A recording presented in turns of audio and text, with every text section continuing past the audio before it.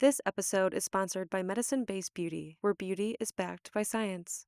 Hello, and welcome to the Cultivate CNY podcast. I am your host, Alex Canavan, and today I'm sitting down with Kristy Mandour, who is a passionate entrepreneur, a seasoned coach, and an expert in authentic communication. Kristy is the founder of So to Speak, which is a communications coaching company dedicated to helping high achieving leaders master the art of clear, confident, and impactful communication. Whether it's navigating tough conversations, inspiring teams, or delivering messages with purpose, Kristy's work empowers leaders to step into their roles self assured and influential. In this episode, we're exploring Kristy's journey, her unique approach to fostering authentic connections, and the transformative power of effective communication and leadership. This episode is packed with actionable insights and inspiring stories. I think you guys are really going to love it. So, without further ado, let's welcome Kristy to Cultivate CNY.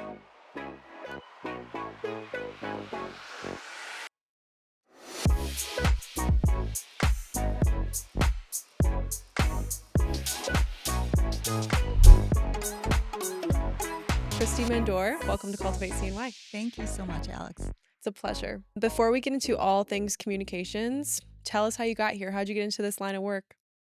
Well, like we were saying before offline, like I just have always loved human behavior. You and I both share a background in performing arts, and I've always loved writing. I've always loved observing. And I think it led me to really want to find a way on how can I be creative and merge that with science in some way, intersect it, which I feel like I've gotten to the point where I'm like in that sweet spot. But really, like the pinnacle point was when I was just had graduated college and I was living in New York City and I was working for Young Audiences, which is a national nonprofit that it's an art organization and they bring all sorts of art into all the public schools throughout all the 5 boroughs. And I was there during 9/11, and no one knew how to deal with what was happening during 9/11, and our phones were off the hook. Like, we couldn't get enough artists into schools because the arts are what allow people to express themselves when words are completely at a loss. And that was really the moment when I was like, "This is beyond being on a stage. This is beyond having a mic." And I think I always knew that internally, but I didn't understand the magnitude of it, and that was, God, 25 years ago. And, um, and since then, I always kinda held it in the back of my mind, like, you're gonna know that moment when it can be incorporated into life, and just through different work experiences and working as a career coach and working with women to get back into the workforce, it just all kept leading towards this, what is now So to Speak, which is a communication company to help leaders, to help founders, entrepreneurs really understand how to authentically speak with confidence and with clarity and with this humanity, very human centered leadership. What do you find people are struggling with the most? What are you hearing? I feel like it's a combination I would say what really premeditates all of it is the overthinking. There's a lot of overthinking. There's a lot of dysregulated nervous systems. The majority of my clients are incredibly passionate, driven leaders who are also parents, and they are really trying to wear all the hats. And they're married, the majority of them. And I feel like the biggest is how can I do all of it? And then they come up short and then it leads to burnout. So that is really the first is how can we realign them with their core values that we hear often, but I do it in a way that feels really genuine and very whole. I always say to them like whole is the goal. Connection over perfection. Like connect with yourself first and it can be a little jarring. So I feel like that also comes up as a challenge is there's a reason we all try to stay busy because then we don't have to listen to what's going on inside. So it's how can we get comfortable and feel safe internally so that when we are moving through moments in life, we're not feeling swept by them, but we're feeling like we actually have the reins in their hands. I always say like the reins are almost next to you. They are. They're next to you the whole time. And then when you start waking up, you're like, oh my gosh, I can actually pick these up and hold them a little bit so that I'm not just being swept away by wild horses. Yeah, I've noticed that too. Like, I have a background in dance, and then I would, the past few years I've been really into like hot yoga. And I also do go to breathwork class like once a month. So I understand I would say that I've grasped the importance of understanding how to be in your body, understanding that you have control over your body. Where I have noticed a lot of other people that I know that might not have ever taken a yoga class or really just maybe has never explored the creative side of life, like being in the body, like dancing is. It's such an expression without any words, right? Maybe they a lot of people live in their heads, I've noticed. And I think that one of the biggest gifts dance gave me was understanding that I can drop in and out of my head and my body, and that's my superpower Mhm. because I know, like, this flow state that we all talk about, it only happens when you've tapped in to the soma, right? So how are you helping people that might, like, scoff or turn their head at, "Okay, nervous system, yeah, we've all heard this a million times lately." Like, how do you change people's approach and start getting them to feel safer in their bodies?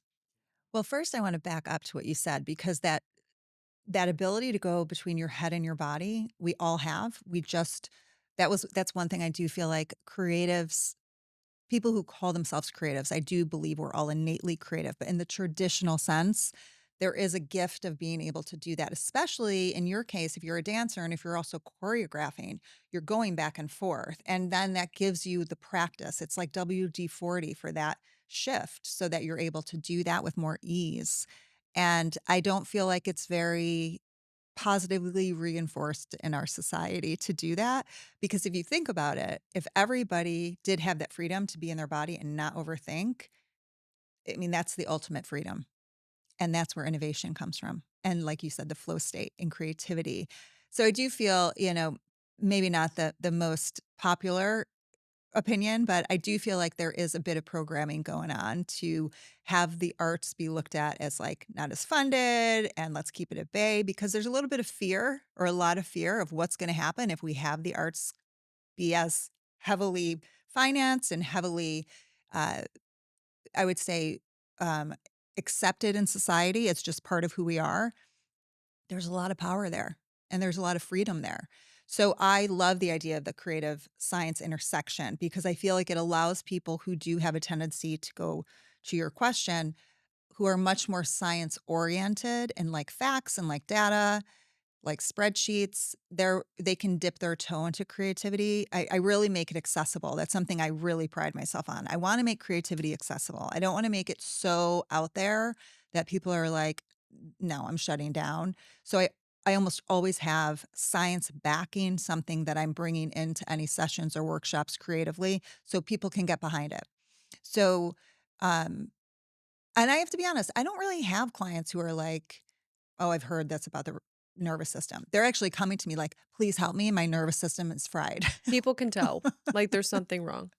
They know it, and that's something that right away is an easy in to talk to them about intuition because I'm like, "Well, how did you know it?" "I just felt it." "Great, so let's go there first. Where did you feel it?" "Well, I don't know." "That's okay. We have all the time." I always am like, "We have all the time in the world. Just step back and take a breath and notice, like, when you first realized it, it wasn't your head. Your head was probably like, "You could do this. Suck it up. Carry on. Keep going." Your body is like, "Mm, hold on a second. So where did you feel it?" And then we start going and then it's like an easy in to the somatic work behind it. Are you ready to take your career, connections, and professional growth to the next level? The 2025 CNY Women's Summit is just around the corner on March 7th, and this is your chance to be a part of an empowering day filled with inspiring speakers, interactive workshops, and meaningful networking opportunities. Early bird tickets have already sold out, but don't worry, standard tickets are still available. But here's the thing, they're going fast, and you don't want to miss out. So, as a thank you for being a part of our wonderful podcast community, we're offering you $10 off your ticket when you use the code Cultivate CNY at checkout. Don't wait. Head over to cnywomensnetwork.com/summit to grab your ticket today. And let's make 2025 the year of bold moves and big wins. I know that one thing that really screws up my nervous system is knowing that I have to have a hard conversation, Mm. which is something Join that, the club, Alex. oh man, I thought I was the only one. Ooh, no, you are in the vast majority. Yeah, well, that's nice to hear because, like we were talking off air, I'm still very new to leading people. I've only I'm not new to business, but I've only ever had to keep track of myself and make Mhm. sure I showed up to the job, but nobody ever told me how hard it was gonna be to lead other people, and not because you have to keep track of everyone, you have to be organized and plan ahead a little bit more, but it's because having you know, drawing boundaries, saying no, communicating your needs and expectations is tough and vulnerable. So, how do you even scratch the surface with people that are struggling with that? Well, at first the first thing is everything you just said is to acknowledge, like, it's a lot. It is a lot that we don't talk about, and it is completely misinformed that leaders who are even in their 40s, 50s, 60s know how to have difficult conversations. Some of them don't. Some of them still avoid, and some of them have learned later in life. So I feel like you are at such an advantage that you are starting to tap into how to build your skills and your tools now. I mean, anybody who works with you, who works for you is going to have such a benefit from that because you're starting so young, like such at such an early age. And I feel like one of the biggest reframes that we could give it when it comes to these difficult conversations is to take out the word difficult, because anyone who hears the word difficult, they're going to get into some sort of dysregulated nervous system, whatever their thing is. So there's fight, we all know that. We all know flight, we all know freeze, and there's also fawn. So fawn is the people pleasing. It's like overly accommodating, acquiescing, and then we leave and we're like, "Oh, I can't believe I did that again." Or, "Oh my gosh, I'm so resentful that I feel manipulated." Yeah, And that then it's a cycle. is I think my worst one is fawn, for It's sure. it's a cycle. And we've talked about this and it's a whole other podcast, is that it's not shocking, probably to your listeners at all, that females specifically are very programmed by society to fawn. And if you don't fawn, then what? It's an identity crisis in a way. And I feel like if there's anyone listening who's like, oh, I do that, great. The number one thing you can do is acknowledge it without judgment and to go, you know what? I do have a tendency to. So when people say I avoid or I'm avoidant or I'm a people pleaser, one of the number one things I'll say is, that is gonna just keep having you get into this mental space of looking for ways with a lens on of how you're a people pleaser or how you're avoiding. So you're gonna get what you're looking for, right? So instead, shift it simply, and it does make a difference. Again, this is scientifically proven that it makes a difference how we talk to ourselves. So if we say, instead of I'm a people pleaser, I do have a tendency to people please, or I do have a tendency to avoid. It makes like there's literal space happening between us and the thing. We are not the thing. We are not the behavior. And that's one of the number one things I talk to people about when it comes to tough talks. I mean, even saying tough talks over difficult conversations is a bit of a breather. There's a little bit of relief there. It makes it a little bit more accessible, a little bit more conversational. Difficult conversations seems very rigid to a lot of people. So saying like, you know what, you may have heard courageous conversations. People sometimes say fierce conversations. The end of the day, it's whatever intuitively resonates with you. So if tough talks makes you feel a little warmer and like, I can do that, run with it. If it's courageous conversations, run with it. If it's just saying, I'm going to have a conversation with this person, run with it.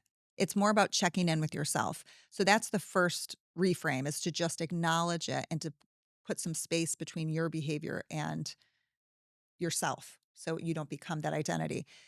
And the other thing that I say to people that I heard a while ago that I love is this idea of prepping for a conversation doesn't mean you are inadequate or not credible to have the conversation. A lot of people feel like, I'm going to roll up my sleeves. If I'm professional, I shouldn't have to prep for this. I should be able to just do it, which is not true. You need to prep for it. And prepping for it, another reframe there is, it actually is a mutual respect, because you're in your own way, like we talked about offline about this idea of presence with energy. You're showing the person without even opening your mouth, because now you're walking into the conversation more grounded since you prepared. You're showing them that they matter enough for you to prepare. You're showing yourself that you matter enough to prepare. So you're walking in with this more grounded sense. And we all know, whether we've thought about this or not, that the most present person in the room has the most magnetism. And I'm not saying that it's about you having attention during this, but your pretty much running the space. You're holding the space, but you're holding in a way that is very kind, it's respectful, it is clear. And many of us may have heard from Brene Brown saying that clear is kind. Clear is kind, it's respectful. The person may not be happy with hearing the news, yet you're in your own way saying, I believe in you, especially if it's a team member. And if you tend to people please and you're a new leader and you're like, oh my gosh, I don't know how I'm going to say this. I don't want them to get mad. I don't want them to not like me. I don't want them to think I'm not a good leader. I mean, all these things come through. If you just say to yourself, it's actually more disrespectful for me not to tell them because me telling them this feedback is why. And then you answer, and chances are, if you, the benefit of being more, have more of a tendency of a behavior as people pleasing is that you clearly care about people. You clearly are heart centered. So then you're able to go in from this place of why am I giving this feedback to this person? And it will come from a place that is very loving and kind and from care. And then all of a sudden you're changing your energy like, oh, I would be a total jerk if I didn't have this conversation. And it just comes through so authentic. So even if the person doesn't like the news, they also have their own story going on that we don't know is happening. You'll at least know that you'll walk out of that room like a little pat on the back, like I just showed up in like the most integrity that I think I've ever had. So those are the big things. And the thing I heard that I didn't mention to you was before during the prep too, something just to visualize is this idea of placing a table in your mind, thinking what's the behavior or what is the behavior, what is the problem that I'm having this conversation about. Right away, you're pulling that apart from the person. And you just visualize you and the person on the same side of the table and the problem on the other side or the behavior on the other side. So if they're always late or if they keep, not keeping an eye on details, let's go something kind of light. You're not looking at them like they're hanging me up and oh my gosh, the clients are going to think that we're totally unprofessional. You're leaning more from a place of we are going to figure this out together. The detail situation or the situation about being late is over there. And now I'm going to start getting curious of like, what's going on at home that you're late? Or you're just trying to be late because, and we make up all these stories. So that creates distance too, that allows you to have some space. And I feel like when we continue to avoid and not address these issues, it just creates more room for assumption and Yes. resentment and And disconnection. yeah. So disconnection from you because you're in your head more because every time you see this person, something's coming up that you're annoyed about. And then when they walk away from you, you're annoyed at yourself. So there's this horrible kind of tug of war happening and disconnection with them. You're not showing up genuinely on their side and really rooting for them, which is really at the end of the day, a huge, if not the ultimate job as a leader. I honestly haven't had too many conversations in my life really up until the past year building this company where I've had the guts to clearly communicate my needs and expectations. Like I just for most of my life I just spent it bending my needs and expectations to meet other people's and sacrificing them for other people. And I think a lot of women can probably that might resonate with a lot. But I think that when you're building a brand or a business or leading a team, you need to prioritize integrity above anything else. And I think being honest, setting clear boundaries is integrity, right? So we kind of have to, I think people pleasing in a way, how I've reframed it and how I've started to fix my own people pleasing has been like, well, if you choose to people please and instead of being honest, then you're actually a little selfish because you care more about other people's perception of you and you having a more comfortable experience than actually getting the job done and being moving forward and with honesty and clarity. Mhm.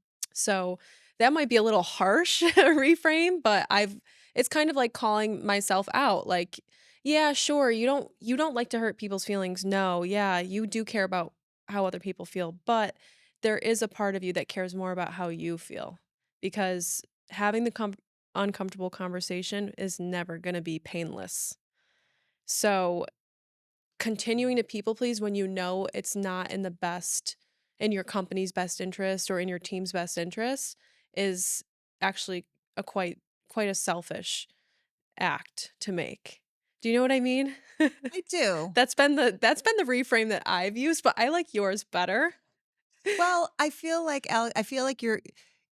it's very common to I don't think that's a bad or a good reframe. I feel like if it works, great. I just wonder the sustainability of it because then in a way it almost because you use the word harsh and it's almost like internally there's a whip, like, oh, so you care more. And so again, when it comes to this self-leadership, that's an area that which is what you're talking about when you're saying talking to yourself and saying, hey, wait a second.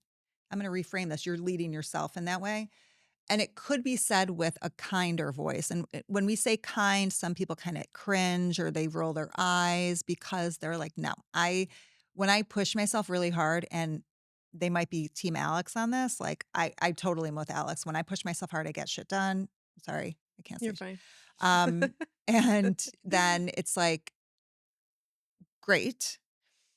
You also have to realize when you're doing that, you're actually seeping in. It's like you have an invisible IV of cortisol going through your system, which we all know is the stress hormone that causes major inflammation.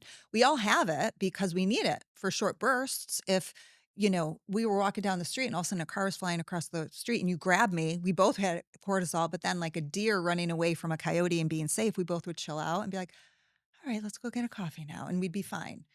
But when you constantly have this like internal militant sergeant with a whip in its hand waiting, you're going to be kind of in a threat feel, and it's just not good for your nervous system. So that's when I created a method called the personification posse. So this is where I integrate creativity with science to a T. This is like the signature method. And it takes 5 archetypes that we all have. And I have clients stretch from there if they want to make more.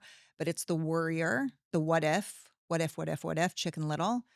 There's the whipper, which is what was just happening to a degree with the harsh. It may not be to that extent, No, but but I definitely have a tendency to yeah, I'm very, like there's a part of it that's nice because I take extreme ownership over everything. yes, I feel like everything not necessarily everything is my fault, but I know you that take responsibility. whatever thing I'm experiencing, it always leads back to me. What did I do to get myself here? Yep. But there is a part of it that is a little extreme, I Well, and think. there's a big difference. I mean, that's something too, is that we often don't think about that going back. Like the worrier is all about blaming self. Okay. The whipper is usually blaming self or blaming someone else. It's like black or white. And at the same time, the whipper also has a rebellious spirit. So the whipper could also be the one who, there's a reason we have all of them, is my point, and I'll go through.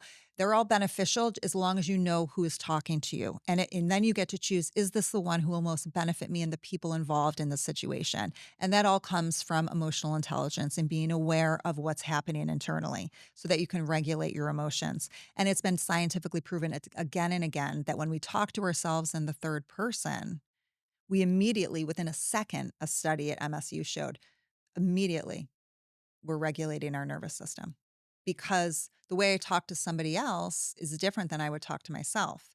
And it also gives me the space to look at what this part of me is saying. And so I'm usually a little bit more curious. And if I do get judgmental, which I do, I can notice it's like a meta moment of me noticing that I'm being judgmental, right?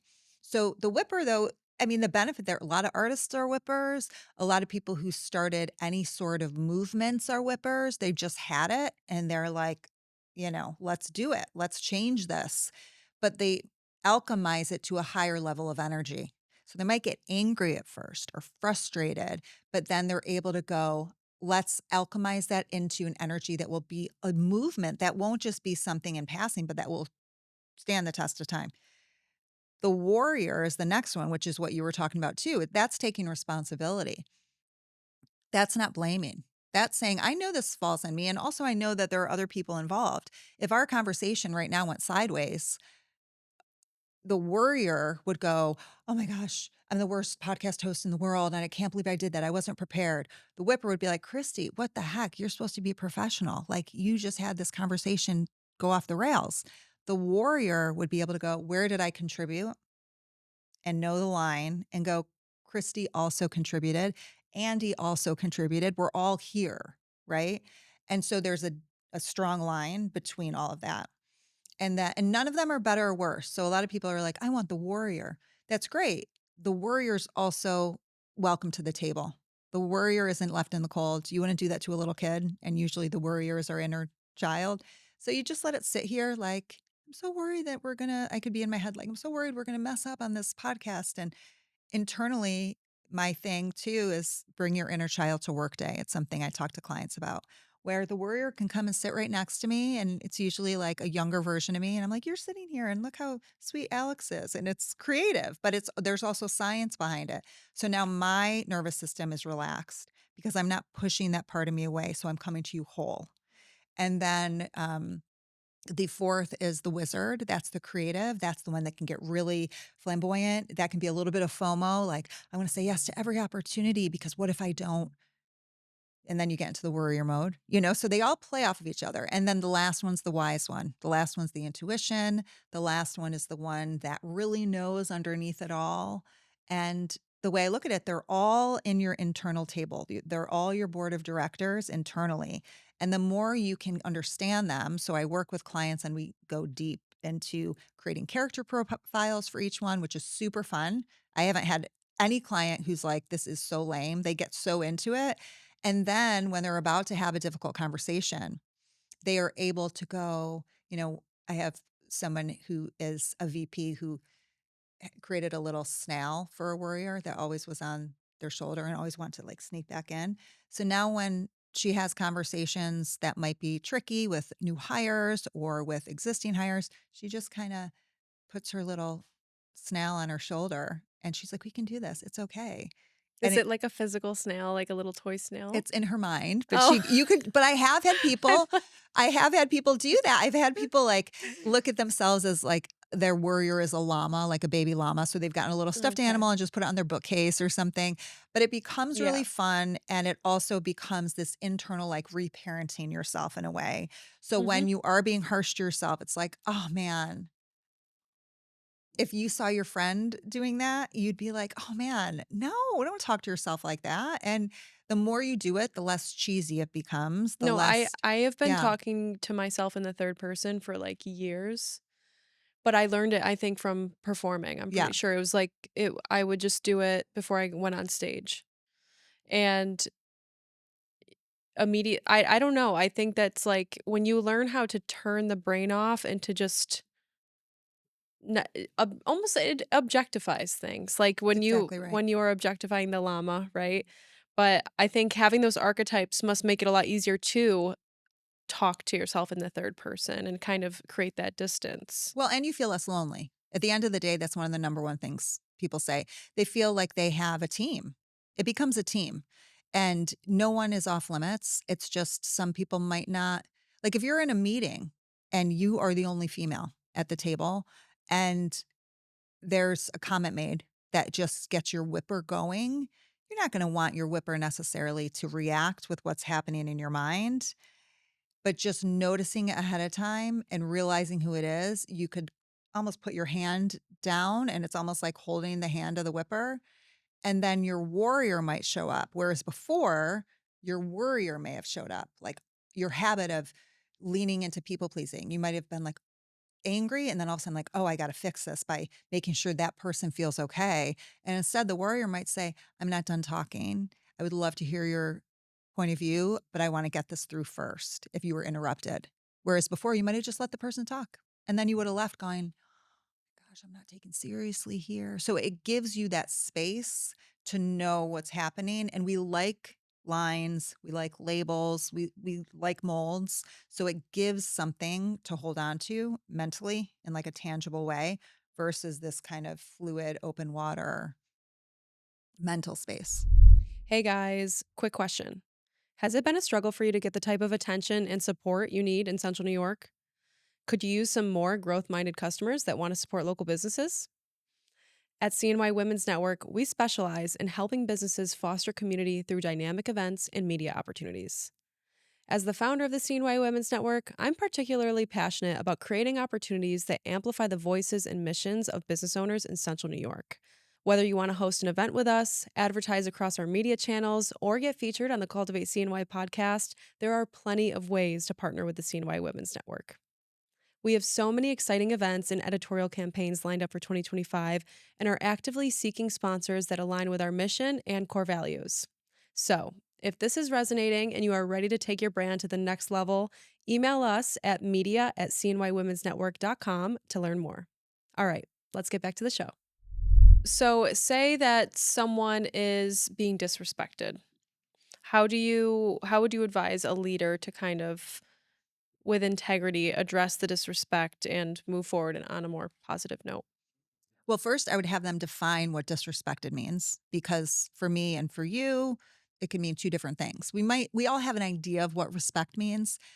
I could have a very specific idea of what respect means. It could be eye contact. It could be not answering the phone during a conversation. You could not care about that.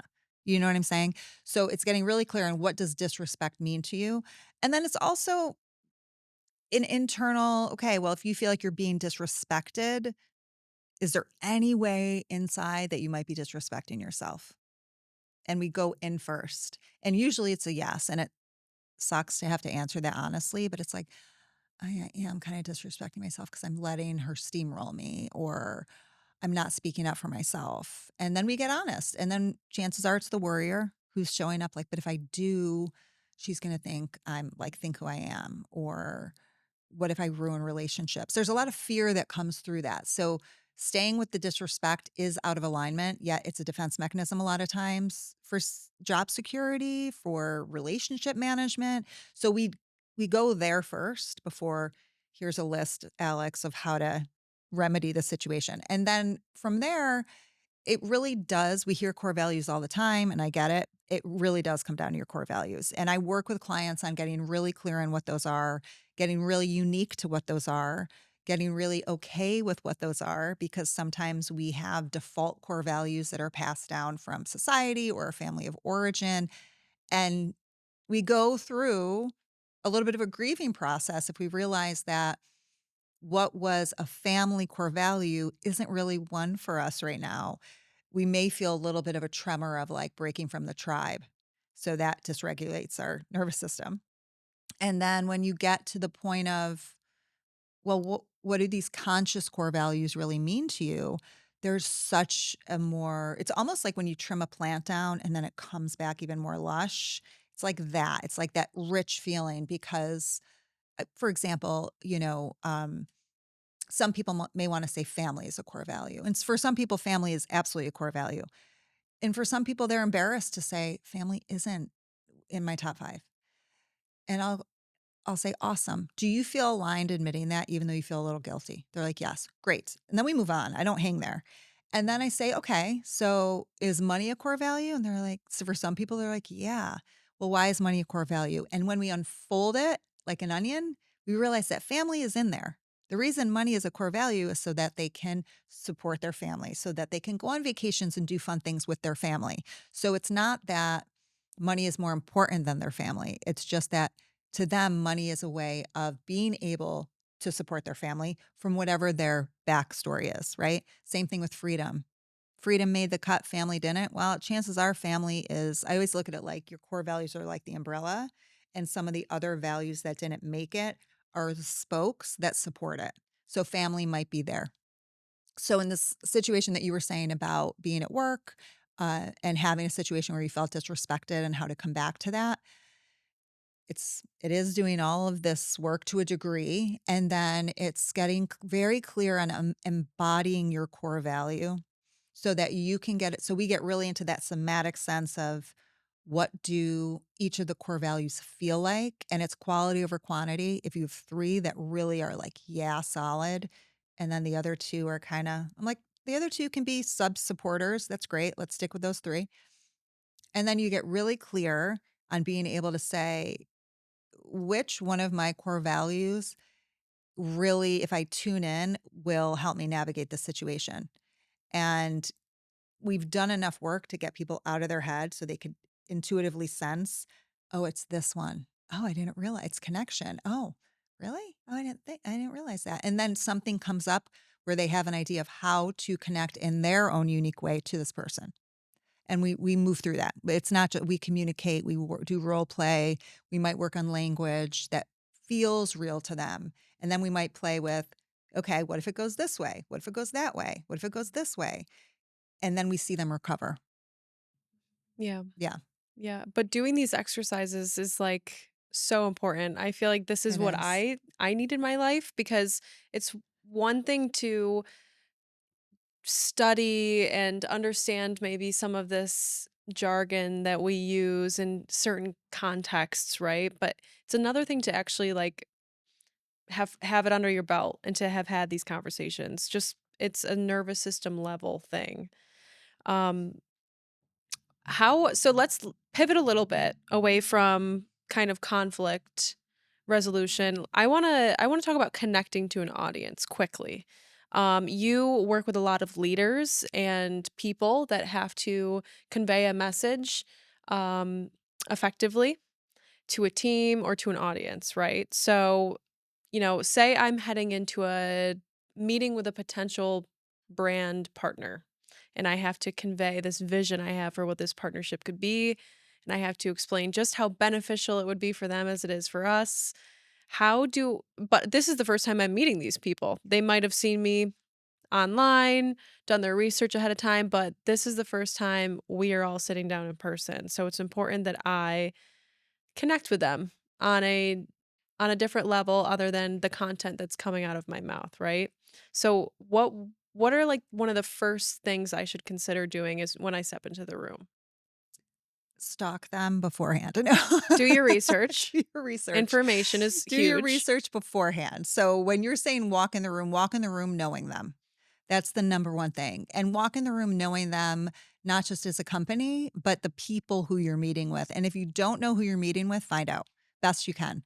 And then look them up on LinkedIn and look into maybe where they went to school, look into some of their most recent posts so that you go in warm and you're able to go, oh my gosh, you guys, I just saw that you guys went to Turks for your family vacation. I have not been there. It looked amazing. Great. Now all of a sudden they're going to feel more connected to you. It doesn't have to be so business oriented. It's going to feel too cold and stifled. We get a little nervous about being too casual and unprofessional, and that's just not the case anymore. So that would be the first thing. Then when it comes to how to convey the message, the more you understand the business, the more you understand the people, you can get an idea of what they care about. So their values again, and look beyond if they have on their homepage a list of values. That's great. Look deeper and see if everything else resonates with that, because then you can get a much better sense of how to word your message where it does have to do with them. Because again, the energy piece when it comes to any public speaking, whether it is doing a podcast like this or pitching an idea or brand sponsorship or whatever it is, partnering, it's getting really energetically energy this way versus energy this way. Because if my energy was going this way during our conversation or during a meeting for the first time with a brand potential sponsor or collaborator,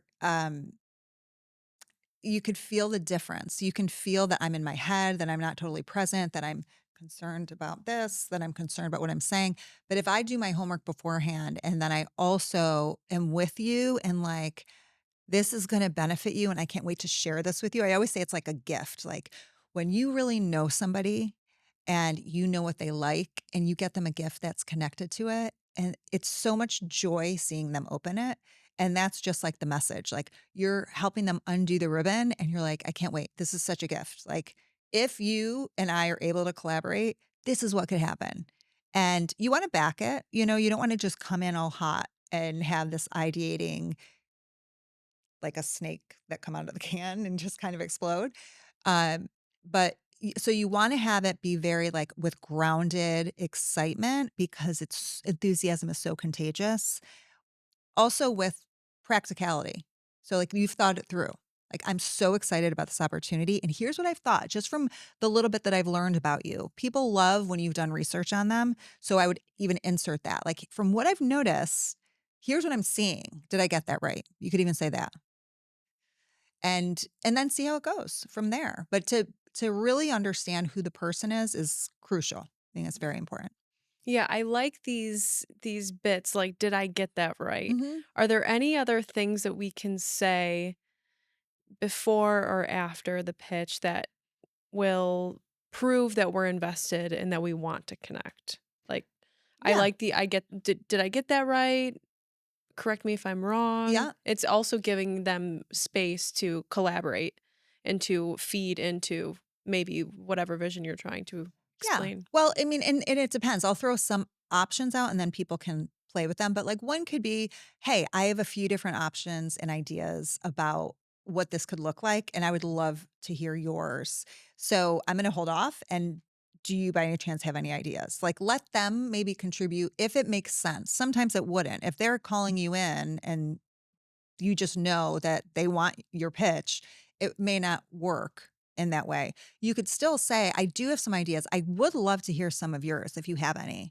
And if they say, no, we want to hear yours first, great. Then you go. And how does all that? So we're like, what you could say something like, what of those you do you feel like resonates the most with what your vision is for this year or what your goals are for this year? And bring it back to them. It always comes back to them because then you're walking in with like a genuine feel of what can I bring value to for you? How can I genuinely support you? And you know it's going to be a mutual support because yes, there's nothing wrong with having to be reciprocal. We oftentimes feel like we have to be that generosity is very one way, especially if you tend to lean people pleasing. It can feel like generosity means giving, giving, giving, giving, but then you're completely depleted and then it leads to burnout and resentment and all the things. Um, but one of the other things you could do if you called the meeting and you pitched them and said, hey, can I come in and chat with you about potential of working together? Frame it. So the first thing you could say is, thank you so much for meeting. I'm going to spend the first 10 minutes talking to you about what really struck me about your company. And then I'll save some time to answer questions at the end. Like just frame it. Everybody feels more comfortable because they have an idea of where it's going. It's not uncertain. And then at the end, have something clear on the close. So have something clear on this is so exciting. I can't wait. You can recap everything that you shared. You can recap one key moment that you remember. And if you don't, because you're just have nerves, you can email it afterwards and say, after reflecting on this, I realized that this stood out to me.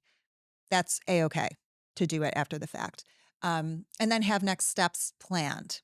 So if your next step and have it be 1, don't have it be 3 because people aren't going to remember.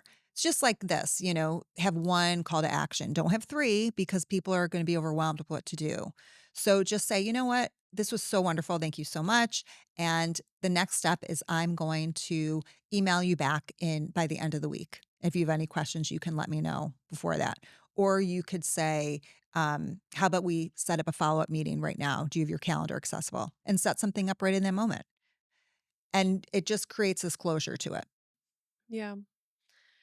Do you think that, like do you think that we have to worry about I was talking to you before we sat down about the whole yes man thing. Mhm. Um, and especially if we're trying to sell ourselves and to, you know, land a deal that's huge.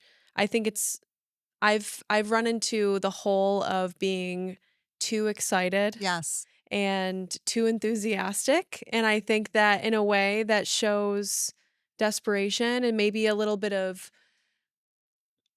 like, makes me seem a little amateur, kind of. Um, how do you kind of, like, keep that warmth and that connection going without seeming desperate or overly Too eager, excited? like an eager golden retriever. Yeah. Um, so can we do a little exercise? Yeah, sure. It'll I'd love to. It'll be very brief and powerful, and then I'll share something else. So that leads into proving ourselves versus approving of ourselves. So before we even do the exercise, the first trick that I've learned that I love is go in as if you already are having them as a client, you already are working together as a sponsor or whatever it is. Go in as if you're already there. You're going to feel more comfortable. And it's not gonna feel like too much is at stake, right? Because it's actually gonna repel the person's going to almost want to pull back a little bit more if they are feeling that overzealous, as you said, desperate, but it could be doubtful, like an internal doubt that you have, crossing fingers. We can feel that. And it's kind of like if you're on a date with somebody and they're just over the top and you're kind of like, ah, even Mhm. friends, you know? Yeah. So you want to lean into that approval energy of yourself. And it doesn't have to be heady. It's simply checking in with yourself. So the exercise is to uncross your legs and you can go ahead and close your eyes and take a deep breath in through your nose and exhale everything out through your mouth. And then go ahead and flip your palms up so they are facing the sky. And then just, you don't have to say it out loud, say to yourself, I am proving myself. Just say it a few times to yourself and just notice what happens in your body without any judgment. You're just like, huh, oh wow, that was, oh wow. Any shift at all. I am proving myself. And then you're going to go ahead and take one cleansing breath again. So another inhale through your nose and a big exhale out your mouth. And now say to yourself, I approve of myself.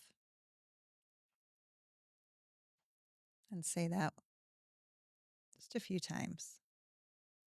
And again, just notice what happens with curiosity.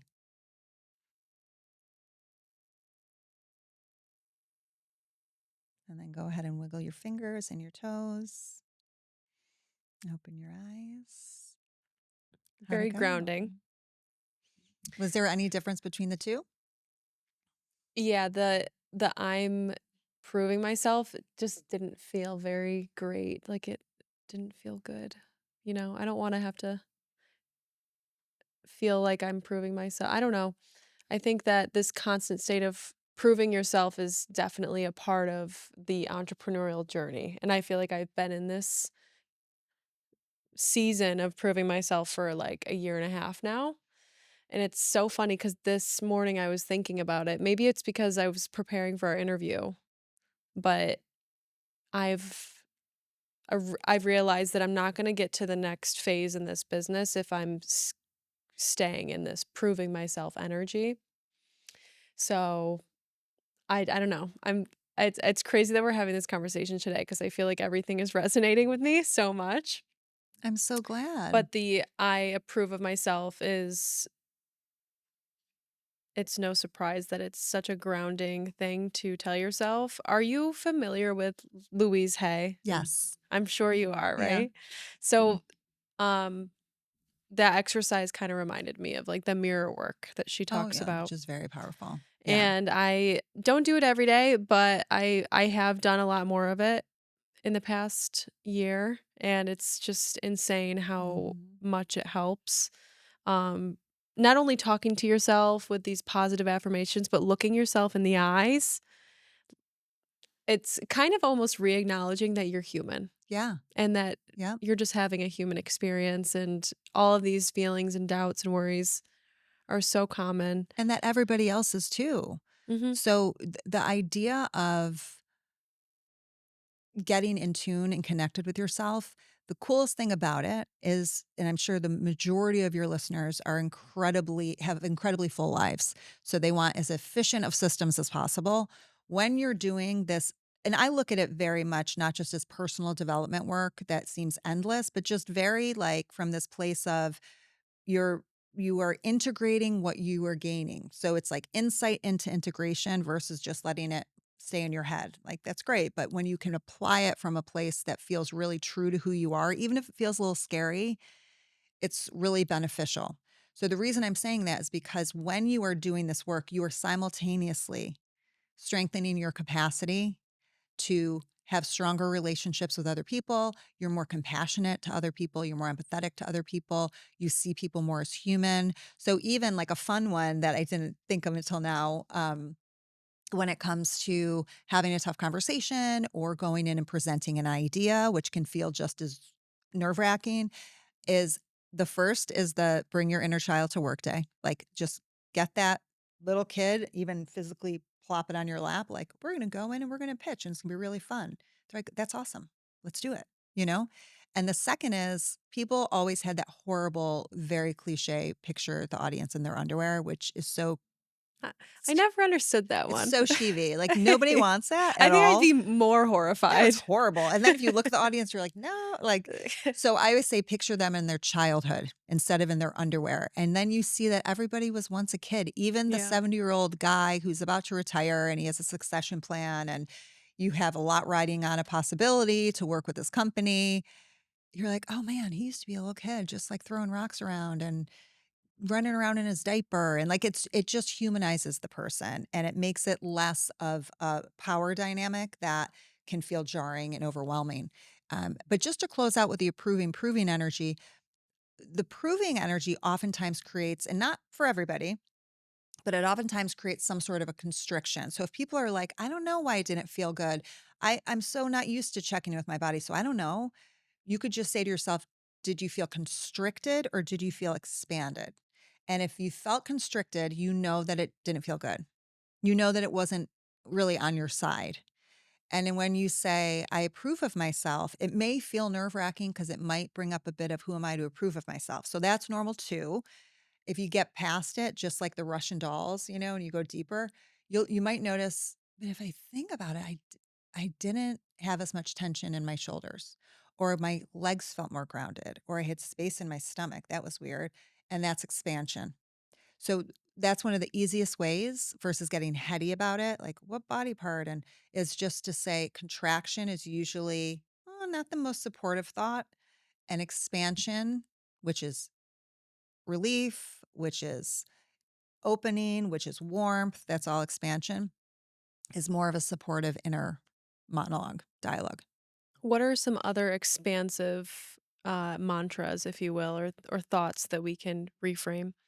Well, I always say go lean into, is this supportive instead of, this is not positive thinking. I have to think positive because that's judging yourself. Instead, you can get a little bit more objective and say, is this the most supportive thought? No, it's not. Then it's more of a judgment call than like judging yourself for not thinking positive because in that moment, you might not want to think positive. So, one that really works is to go, you know what, this sucks right now. And just acknowledging that whatever you're in is not great in this moment. And it allows you internally to go, thank you for being real to yourself instead of trying to convince yourself something else, toxic positivity or being the harsh whipper. And then the key operative phrase of that is right now. Doesn't mean it's forever. It just means in this moment. And there's something in you because I always say we're bloodhounds for BS. We can sniff it out, especially with ourselves.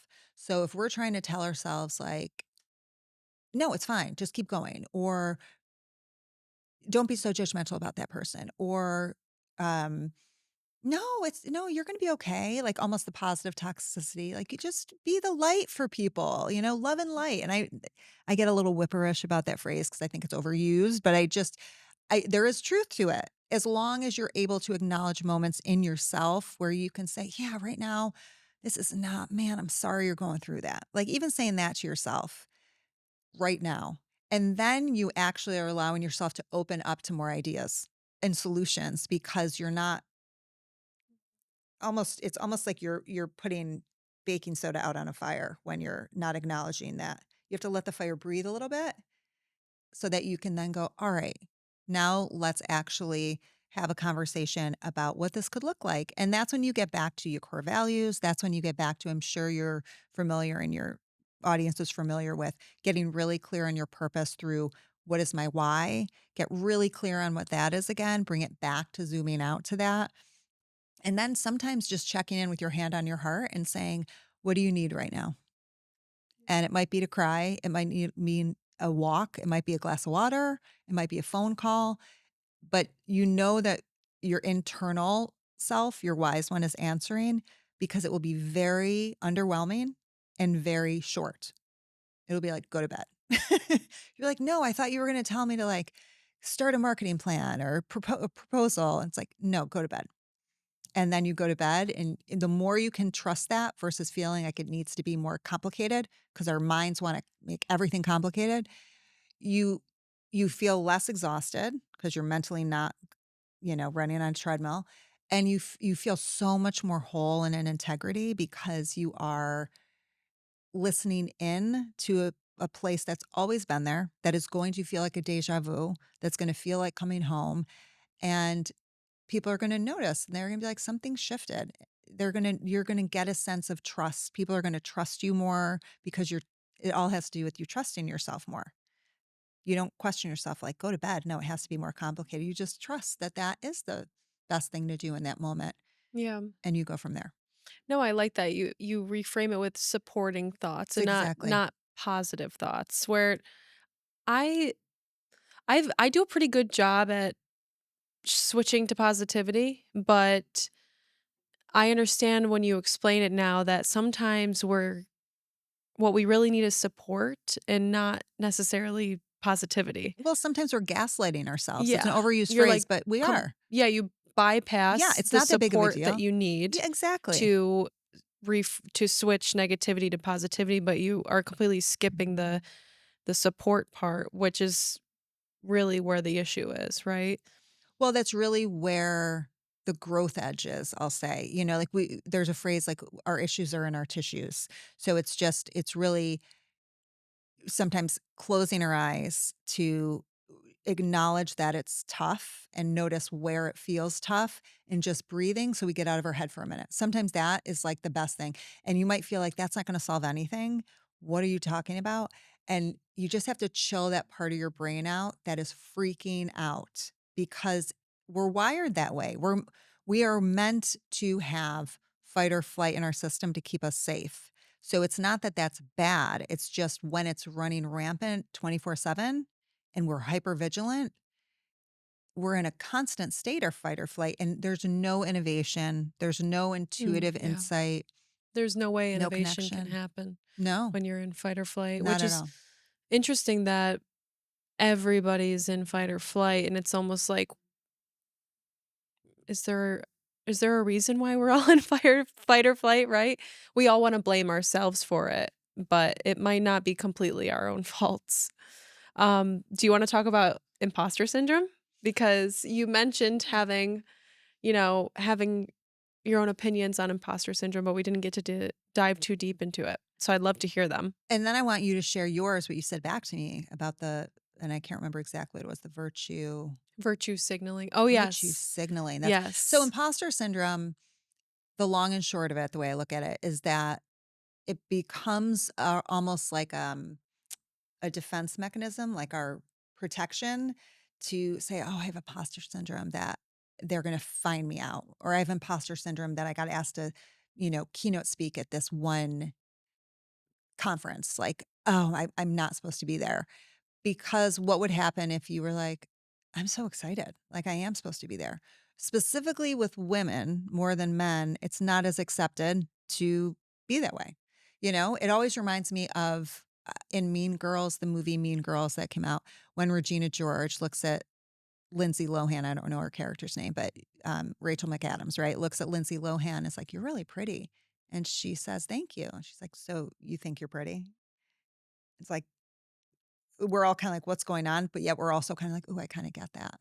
Like, who is she to say thank you? Why isn't she supposed to say like, "Oh my gosh, I haven't taken a shower in 2 days," or, "Oh, my hair is such a mess," or we're supposed to kinda knock it down, and so we're programmed at a very early age to push back on the compliments, and then it's a cognitive dissonance because then it's like, "Start saying thank you," but it's not as natural because we're not seeing it as frequently. So it becomes very confusing. So my thing with imposter syndrome is to, instead of saying, "Oh, I have imposter syndrome," I go back to the personification posse and I say, "What part of you right now is feeling like I'm worried?" Well, it's the worrier, chances are. And then to go into this space of, okay, how do you really feel about this opportunity though? And chances are, if you just kind of mentally hold the hand of your warrior, the wizard might come out like, this is so awesome. Like, I'm so excited about this and I can't wait to share this information with people. Like, it's a game changer. or the warrior might come in and go, we are going to knock this out of the park. We're a bit more grounded. The wizard is more of the creative mad scientist kind of energy sometimes, or just like the artist. And it becomes more of a whole space. So imposter syndrome doesn't really have room. It almost becomes neutral. You don't feel one way or the other about it. And yeah, and I just feel like it's something that society has pushed on, specifically on women, as a way of keeping us all small. So who are you? Don't get too big for your britches. You're Yeah. supposed to have imposter syndrome because if you don't, Yeah, like an extreme sense of humility has been well, and it's not pushed, humility, right? shoved. Yeah, I almost wonder. So I've had plenty of situations where yes, I've had imposter syndrome. But then I've also been in situations where maybe I was speaking or sharing about something I was actually quite proud of, but I almost felt like I almost felt the pressure to claim imposter syndrome, but maybe it wasn't completely true for me. Mhm. And I think I might actually have experienced this alongside other women. Like I'm trying to think.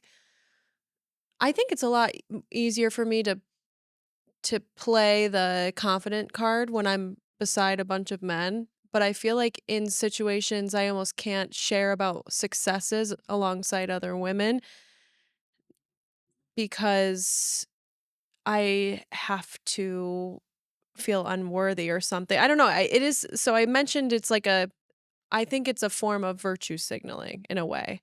Like you almost have to it feels good to share.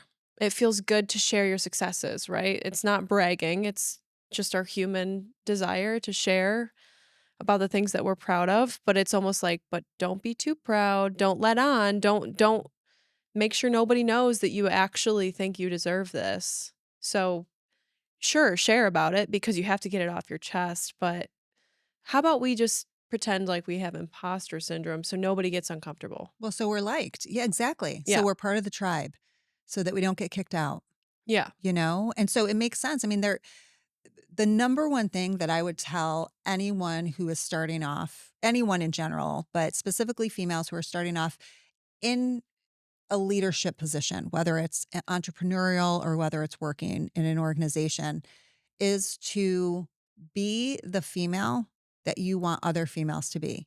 So if you're in a meeting and there's just you and another female and all the rest are men, which happens all the time, find a way to shine a light on that female in a way that feels genuine. So whether she's starting to speak and someone speaks over her, speak up. Not saying that it's that she can't take care of herself, but just say, you know what, I actually really want to hear what Alex was going to say, instead of I'm going to come in with my cape and make sure Alex feels. No, you're doing it like partners. Like, no, I want to hear what Alex has to say. So go on about that proposal that you were going to submit. That is so simple, but that is a way to lift up other women. Like when we talk about lifting up other women and not feeling that sense of competition, because we all have our experiences with whatever gender. And really have never had, I could maybe count on one or two fingers when I've had situations with women that got prickly. But beyond that, I just haven't. And then there are other women I know who are like, oh my gosh, women are so at each other's throats. Like you're going to find what you're looking for, just like I said before. So the more you can get really clear on what do I want to be surrounded by, what's the environment with women that I want to be a part of, and you start acting that way, you will be surprised at how the specific types of women show up, because we're not conditioned to do that. We're not consistently positively reinforced to support women in that way. So it feels weird. And also, if you're someone like yourself who is confident and then you're feeling like, oh, I got to pull it back a little bit, we can all sense that. And a lot of us may be judging you, doing like the look up and down or a side glance, which drives me nuts, but like the side glance when you're talking, because you're mirroring to us what we have not accepted in ourselves. So if we see someone who's very confident and we have not accepted that possibility for ourselves, we're going to feel super threatened by it. So instead of looking in at us and going down the spiral, we're going to, of course, put it on you. Like, who does she think she is? So it really has nothing to do with you, even though it feels like it does. It has to do with the way I look at what you're presenting. Because you could have someone else in the same room who loves what you're saying. And you could be saying the exact same thing, and they could be like, tell me more. I can't wait to hear from you. So it really is about the other person. But I do absolutely believe that treat specifically other women the way that you'd want to be treated and be, and there's this great phrase I'm going to mess up a little bit, but basically, like, yes, it's wonderful to be there for your girlfriends when life is really hard. The truest girlfriends are the ones there to celebrate when life is amazing and when you've hit things out of the park and you have wonderful relationships or you just got an awesome deal with work or whatever it is. We just have to normalize that, I think, a bit more. Yeah. Yeah, no, pay attention to the people who celebrate you. Yes, That's 100%. that's huge. Let's talk about confidence then.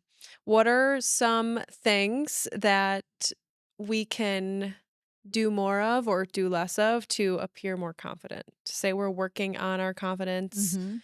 Um, some people don't have a background in performing arts like us, so they don't really understand these little nuances that show and demonstrate confidence. So what would you tell a client that wants to look more confident?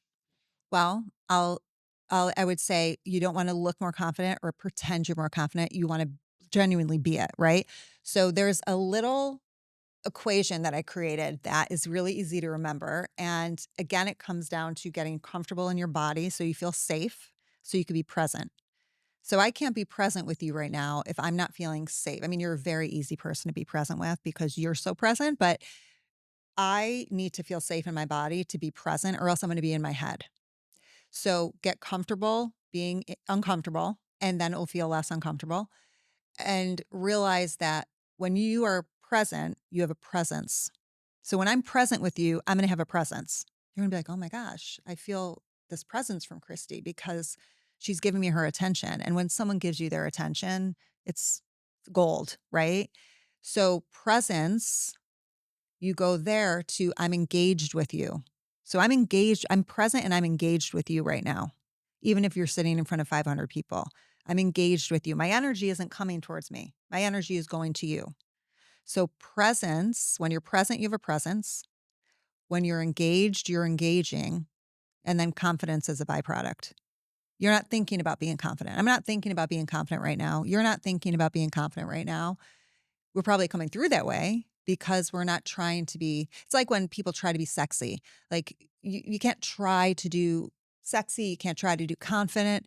It's I mean, confident is sexy, so it kind of goes hand in hand, but it's this idea of the more present you are, and it's not about being so staunch, woke present. I think that can get nuts, but it's just about how can you feel more comfortable in yourself so that you can be with the other person. And then you will be more curious. You will be more, "Oh my gosh, I can't wait to share this with you," or "I can't wait to learn this about you." And confidence happens by itself. So that's the first kind of equation. So presence, engagement, and confidence comes from that.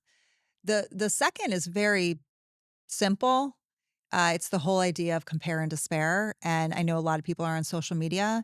So the confidence piece is not just to watch how long you're on social media. I'm not going to go down that rabbit hole, but what are you consuming? Uh, you are you probably heard this, the sum of the five people you spend the most time with. It's a beautiful phrase. I don't know who to attribute it to, but I also say it has to do with content too. So it's not just a person, it's also what you're taking in. So movies, music, content, food, drink, like all of it, that is who you become. And if we're really going to go with people, if you're on Instagram or TikTok and you're following someone who's really has lovely content, like really inspirational, genuine inspirational, and it still feels crummy, like you're still like, "Oh, every time I look at her hair, it's blonde, it's like perfect." Unfollow them. I always say, like, unfollow them. You don't have to be guilted into, like, making yourself feel stronger. I go through and I will go through my follow list and I'll unfollow if I'm like, "No, I'm not feeling it," and just consume what has you feel good. So it might be that you're only consuming puppies and interior design and like one or two people who are inspirational. And every time you go on, you're like, oh, I feel so good afterwards. Like, I have an idea for, I'm really into peel and stick wallpaper right now. So, like, oh, I have another idea for peel and stick wallpaper. Great. That's going to get you creative. It's going to give you ideas for your business. It's going to give you ideas for your team. You're going to be able to realize what the phrase is to have with that difficult conversation. Like, all of that will come from you feeling better. So I think that having agency over what you're consuming more than anything right now is crucial for confidence. I think it's absolutely something that we talk a lot about, like time spent on social media. We don't really talk about what are we consuming when we're on there. Yes. And I feel like that's huge. That's something I prioritized in the beginning of last year was going through my timeline and just simply unfollowing anyone whose content just didn't resonate with where I was at or where I wanted to go. And if I noticed anyone gave me any inkling of bad vibes or just didn't make me feel good in my body, you don't have to unfollow, you can hit the mute button because there's some people that you might know in real life that trigger you, and that's okay. That's something that you can go and deal with. You don't have to shove them down your throat because you don't wanna hit the unfollow button, right? And that was huge for me too. It's like Yes. and you know what? Don't be too proud to mute people. Like, understand that you're on your own journey. There are things that are gonna trigger you, and it's not your job to be the most perfect person on your timeline. So the comparison thing was huge. Like, I noticed that I was really starting to compare myself, and that's where all of my any issues, personal issues would come up was Mhm. in that moment of comparison. I used to be I actually just wrapped up my last makeup client on New Year's Eve. I was a makeup artist for 7 years, specializing in bridal makeup. And when I was younger, like in my early 20s, the the work didn't exhaust me so much, but once I got to the point in my life where I was transitioning, I was newly engaged, I started thinking about my wedding, right? And now I'm servicing all these brides. I noticed that I started every single time I would get done with a wedding, I was not only emotionally exhausted, but I was also some days I was angry, some days I was depressed, some days, you know, I was confused. And I was like, why is this taking such a toll on me emotionally? And I realized it was because I was comparing my life, my experience as a bride to be to all of my clients' lives. And, I was lucky enough to work with some really cool, interesting women that came from wonderful families. And I would be observing these family dynamics and comparing them to my own. And all of a sudden, I felt like I had nothing, Mm. you know? And that's where I truly realized the power of comparison is and how much it can take a toll because Yes. that those feelings of angst and frustration, it of course seeped into the rest of my life and into my own relationship and my relationship with my family and all these things it brought up for me. But Well, of- I'm grateful those things came up because then I I could deal love with it, them. and I But love you it's acknowledging it. huge. It is huge, and I love you acknowledging it. I love that you're able to I mean, that's a great example too, if people wanna practice contrast and expansion. When they go through there. I didn't even know you could mute people, so that's news to me, but that's awesome. But when you go through whatever it is, who you're following, just notice, are you contracting or are you expanding? And just have it and at that point, you don't have to do anything. Just use it as an example of like, "Oh, let's experiment." I always say, like, experiment with it and just notice. And then you can start noticing. You can notice and that's it. Or you could notice and work on something, but you don't always have to work on something. Like, the continuous improvement can get crazy too. What you were talking about with that idea that you were starting to notice that you were, because you were so close to it at this point, it makes so much sense. So that's another thing to realize that I'll say to people too is it's a signal, not a life sentence. So notice that when you're noticing like, ooh, I'm starting to feel differently about this, it's a signal. And when you can notice like, oh, that's a signal for me to just pay attention to it, then you have a little bit more objectivity versus going down the rabbit hole, like that mental quicksand of whatever we do, whether it's getting hoity toity about feeling superior to people, because we either go one or the other when it comes to comparing. We become superior or inferior.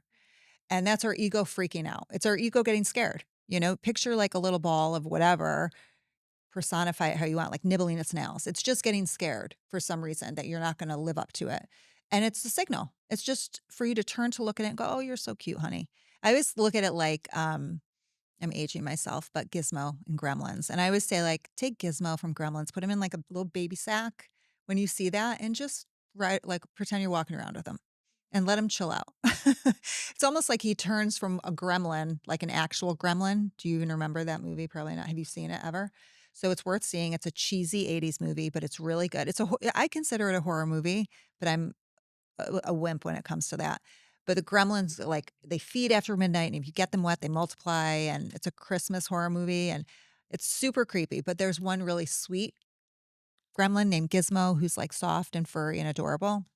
So I always picture my ego when it goes into that superior or inferior mode when I notice it, because it can get really hooked in, like a gremlin that's like, rah. And then when I notice it, it like morphs into Gizmo. And I'm like, oh, you just wanted love. You just needed attention. You were getting freaked out. Everything's okay. It needs that. And it doesn't matter what your relationship is with a parent. It needs that internal parental, unconditional. You are okay no matter what happens. And you are going to have the best wedding because it's going to be yours. And it's like, "Oh, I am. Thank you so much." It changes. It can change in an instant when you practice this regularly. Yeah. Yeah. My gosh, Kristy, you're amazing. How can people connect with Yeah. you? How do you work with people? I know you do all sorts of things, but if someone wants more of you, how can they get connected? I would say the podcast, because the Okay. podcast leads to everything. It leads to all of my freebie giveaways. It leads to the signature programs that we offer. So the podcast is the So to Speak podcast, SOW to Speak, with Kristy Mandour, and it's on Apple, it's on Spotify, and it's all free content. And here's the biggest thing. I create what I want to consume. That is my go-to with everything. So if my podcasts are generally short. They're usually like 20 minutes long, Mhm. and they are a subtopic of communications every month. And so if I create a podcast and I listen back to it, because I still edit my own podcast, because I love doing that. I have a background in it. And I'm like, I would not buy what I'm saying. I'll record the whole thing over again because I just think it's really important to stand by that. So if people just want free content, go to the podcast. It's again, I have it based for the people that I serve who are And it comes out every comes week? out every week. These are people who are have full lives, so they want like when they're in the Yep. car or when they're cooking. So it's 20 minutes and it gives you actionable. It's not just insight, but it's actionable.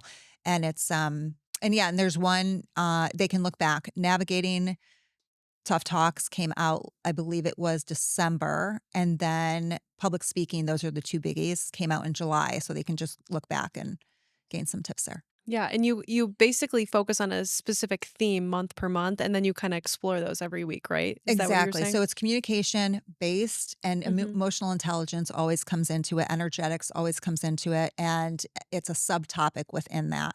And if people go back further, I started off long form with interviews, with Okay. conversations. And then I recently shifted within the last like 6 months to solo 20-minute bite size. Yeah. Yeah. Yeah, I love those too. What who are you before we end out the podcast, I Yeah. actually wanted to ask you this earlier, but this is a good time.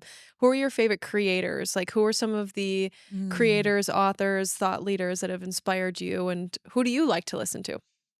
I love Dan Harris, 10% Happier. I think he's great, because he's snarky and he admits he's snarky, yet he has, like, a lot of really clear science-backed ways to regulate nervous system, spirituality, all of that, but it's done in, again, not a super woke way. It's done in, like, a very, like, let's get down to Yeah. business and make it happen. That's like that resonates with me. Yeah, I like that. that's so good. I really like Andrea Bendewald just came out with a new podcast. She's fantastic. She does circles for women, and I wanna say that it's called Anti Small Talk is her Cool. podcast. She's great. She's totally down to earth. Like, I like people where it's like you're a fly on the wall and you're listening to their conversation, and it's like you're having a glass of wine or a cup of coffee. I think her last name is Wiest, Brianna Wiest. Hmm.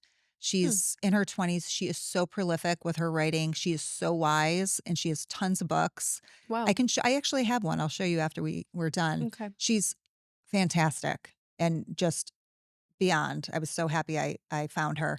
And then the last is Anne Lamott.